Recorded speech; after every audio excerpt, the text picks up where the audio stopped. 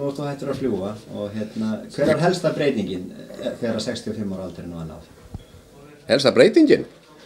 Ég veit að ég held nú bara áfram að kenna svolítið þannig að ég fekk aldrei skrá til dæmis, alltaf frí helgar, en breytingin, hún er náttúrulega gífurlega mikil, myndi nú segja það, en mér fannst alveg verið komið nóg, ég var allsæll að vera hættur. Ég var náttúrulega innan af fluginu, ég hef ekki verið meira í minna í 7 ár og þar í sjálfu sér ekkert álag nema bara veðrið og svona þið vitið, en maður sefur í sínu rúm á nóttinni og vinnudagurinn ekki langur, hann er kannski 7, 8, 9 tímar.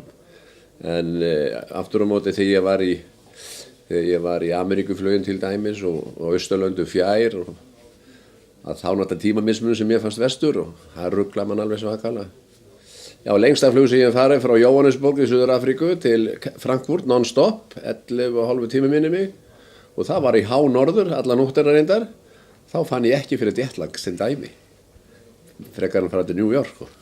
Svona kannski inn á tæknivæðinguna þá, hvað það var miklu kannski erfiðar og frumstæðar, var það ekki til að byrja með? Það er ekki að næða því, þú sér til dæmis á þristunum, þar er maður alltaf bara í 10.000 fetum og bara móður allan daginn Nú á Fokkarnum fórum við hærra, hann er 3 klefa, en við höfum handfljúga allan tíma, ég held ég sé með 5.000 handflogna tíma, það þætti ekki flott í dag.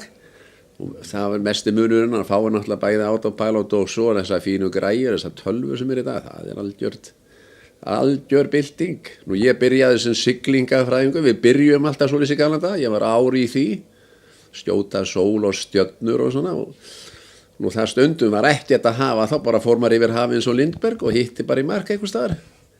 Svoleiðis að það var mjög skemmtilegu tími. En Ottó, myndirðu segja að flugmannsstarfið væri auðveldara í dag heldur en það var þegar þú varst að byrja í kringum 1960? Það þóri ekki að segja að auðveld það náttúrulega ekki kannski, en já, ég segi fyrir mitt leyti þegar ég var nú að hætta á 60 sennilega, þá fór ég yfir á þessar tölvuvélar og kveið svolítið fyrir þessu FMS-i og treystu svolítið strákana en svo var þetta ekki mál. Það er svona mesta breytingin að fara yfir þessa tölvuhugsun fyrir þegar maður er gamall. En ég veit ekki hvað það sé erfiðara að vera flugmaður í dag. Jú, alltaf það sé ekki erfiðara núna eru menn út í vikum saman frá heimili, það var ekki svoleiðis í Kanada. Það skilst mér að sé ekki svona sérstaklega spennandi til lengdar. Ég hef nú aldrei, nú þjálfa maður sig í hverjum einasta simma eins og þið viti að missa mótori í flugtæki og eldur og vesen ég hef aldrei lent í neinu, ég hef einu sinni mist mótor í hæð bara, við vorum með 4 og 8 og hann var bara afgreiddur og haldið kláraði túrin, en það er náttúrulega veðrið sem er náttúrulega það svona versta. Ég hef lent einu sinni því í Færeyjum að við vorum að bíða eftir því að sjá út í Mykines sem er lágmarki svo sáum við það og svo var farið og hjólinn rétt komin upp, þá verðum við bara ægir far inn í miðjum firðinum í suðvestan 20-30 hnútum, það var eitt af því versta, en það bjargaðist.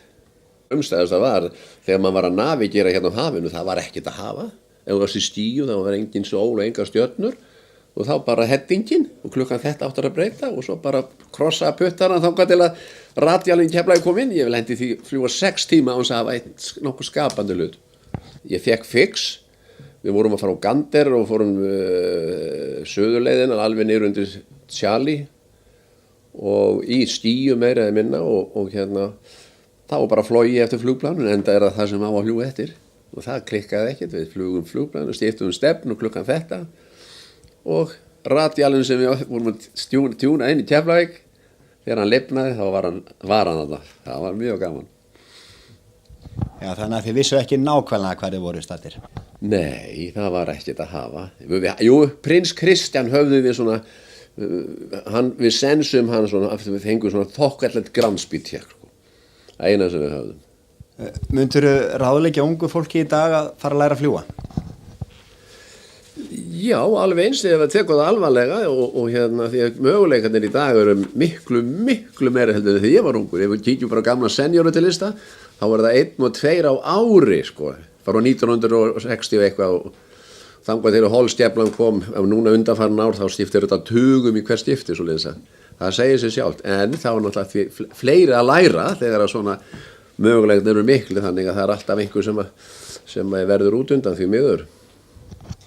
En hvað er það helsta sem að fólk þarf til brunns að bera til þess að geta orðið atvinnuflugmenn?